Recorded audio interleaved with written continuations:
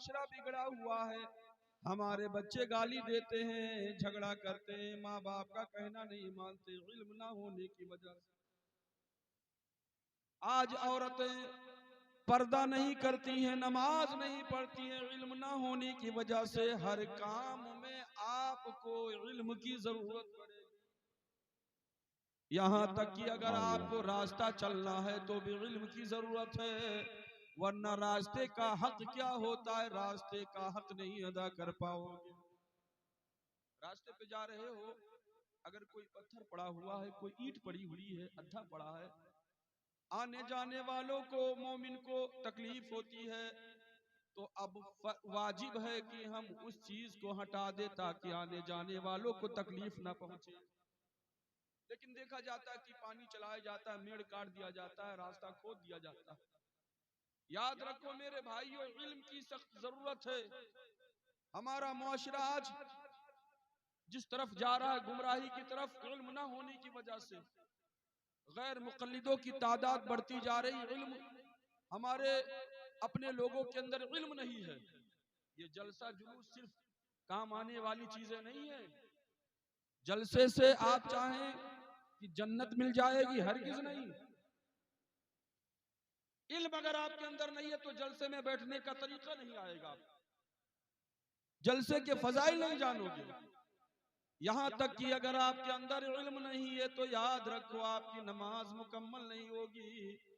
इसलिए इल्म हासिल करो। नबी इरशाद फरमाते उतलुबुल इल्मा लौ काना बिस्सीन, इल्म तलब करो गर्चे तुमको चीन क्यों ना जाना। इल्म तलब करो, इल्म हासिल करो। आज इल्म से हम बहुत दूर हैं। जलसे कितने जमाने से हो रहे हैं, लेकिन आज भी जलसा सुनने के बावजूद आज हमारे भाई अल्लाह को अल्लाह मियाँ कहते हैं।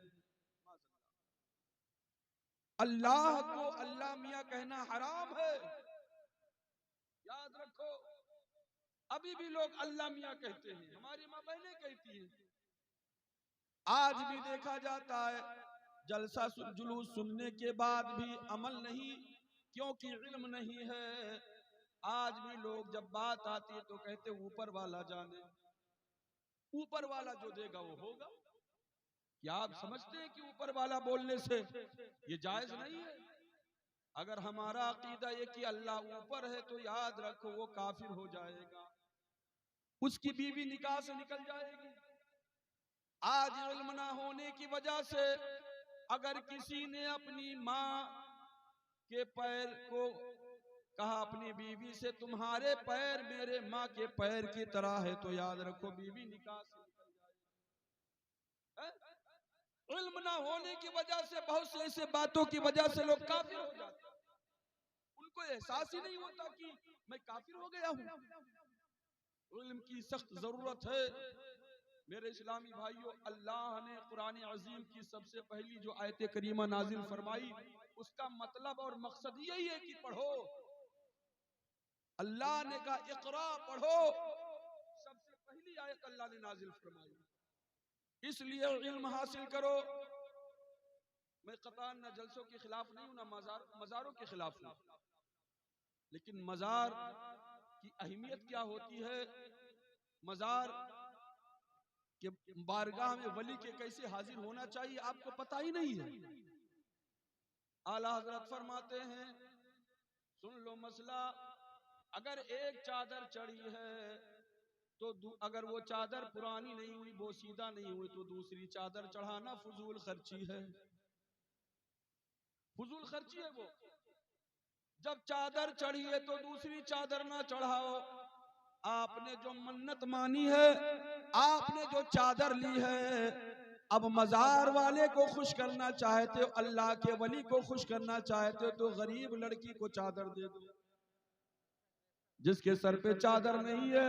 माशाअल्लाह। आज इल्म ना होने की वजह से इसी हिंदुस्तान में हमारी बच्चियां गैर मुस्लिमा हो रही हैं, गैर मुस्लिमों के निकाह में जा रही हैं। इल्म ना होने की वजह से फिर उन्हें कत्ल कर दिया जाता, उन्हें वर्गलाया जाता, बहकाया जाता, इल्म ना होने की वजह से। मेरे इस्लामी भाइयों, इल्म की सख्त जरूरत है। आज दिन रात हमारी माँ बहनें इसी बात को लेकर तावीज बनवाती कि मेरा शौहर मेरा कहना नहीं मानता। हमारे भाई दिन रात तावीज बनवाती कि हमारा बेटा हमारा कहना नहीं मानता। कहना कैसे माने? माँ बाप की अहमियत को कैसे वो जाने? उसके अंदर तो इल्म है ही नहीं। नबी इरशाद फरमाते हैं इल्मो नूर, इल्म उजाला है, रोशनी है। उसने रोशनी नहीं पाई, उजाला नहीं पाया, तो जो चाहेगा जबान से निकाल देगा, जैसा चाहेगा वैसे माँ बाप को गाली देगा। इल्म की अहमियत को समझो, जानो, मानो। बहुत सारी आज हमारे मुआशरे में इल्म ना होने की वजह से कमियां हैं। कैसे आप दूर करेंगे? अभी तक लोग हजरत यही पूछते हैं कि हजरत क्या मछली पे फातिहा जायज है? इसी में फंसे हुए। अरहर के दाल पे फातिहा जायज है? आज हमारी माँ बहनें पढ़ी लिखी हैं, उनकी बात नहीं करता, लेकिन अक्सर व बेशतर पढ़ी नहीं है। शौहर का कपड़ा धोती हैं, सिर्फ उनसे इतना पूछ लिया जाए अगर कपड़ा नापाक है तो पाक कैसे किया जाएगा, लेकिन नहीं मालूम उनको। कपड़ा पाक करने का तरीका नहीं मालूम। अपने नौजवानों को पकड़ो और पूछो, भाई नमाज पढ़ने जाते हो, वजू बनाते हो, वजू में कितने फर्ज नहीं मालूम, गुस्ल में कितने फर्ज नहीं मालूम। कितने अफसोस की बात है, नौजवान बाप के जनाजे में नियत बांध कर खड़ा है, नौजवान माँ के जनाजे में नियत बांध कर खड़ा है। उससे पूछ लो तुम्हारी माँ का जनाजा सामने, तुमने कौन सी दुआ पढ़ी? हमारे नौजवान को नियत नहीं मालूम है।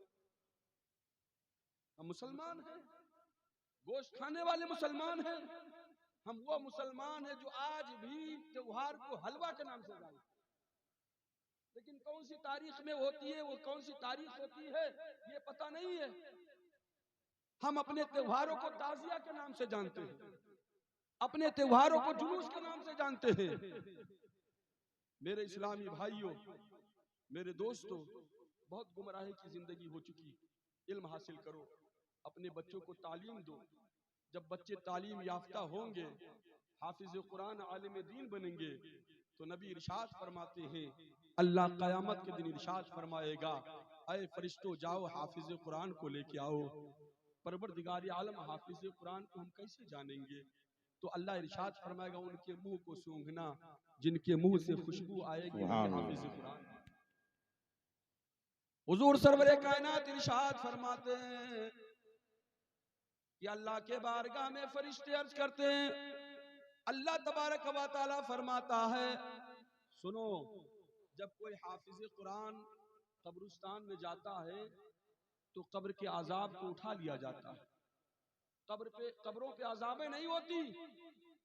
और फिर जब हाफिज कुरान कब्रिस्तान से निकल जाता है, फिर कब्रों पे आजाबें होने लगती हैं। लेकिन याद रखो, जब आलिम दीन कब्रिस्तान में जाता है तो 40 दिन तक उन कब्रों पे अजाब नहीं हुआ करता है। अल्लाह। जो आज देखो, सबको इस बात का यकीन है कि अपने माँ बाप के मरने पे खूब पारा मांगते हैं। यकीदा है कि पारा से हमारे माँ बाप को जन्नत मिल जाएगी। तो मेरे भाई, जब ये कुरान मरने वालों के काम आ सकता है, तुम तो जिंदा हो, क्या तुम्हारे काम नहीं आएगा? कितने अफसोस की बात है, किसी बकरे के पेट पे अल्लाह या मोहम्मद लिखा हो तो वो बकरा अगर 20,000 का है तो उसका लाख रुपया लगा देते हैं। क्यों? इसकी कुर्बानी करनी है, इसके पेट पे, इसके कान पे, इसके आंख पे, इसके पेशानी पे, सर में कहीं अल्लाह मोहम्मद बना हो, लिखा ना हो, बना हो, तो उसकी कीमत 1 लाख रुपया है। लेकिन जिस हाफिज के सीने में पूरा कुरान है, उसकी कीमत आपने क्या लगाई है? क्या लगाई है? 5,000 रुपया, 10,000 रुपया? क्या हाफिज कुरान की सोचो। मेरे इस्लामी भाइयों, इल्म, दीनी तालीम बहुत जरूरी है।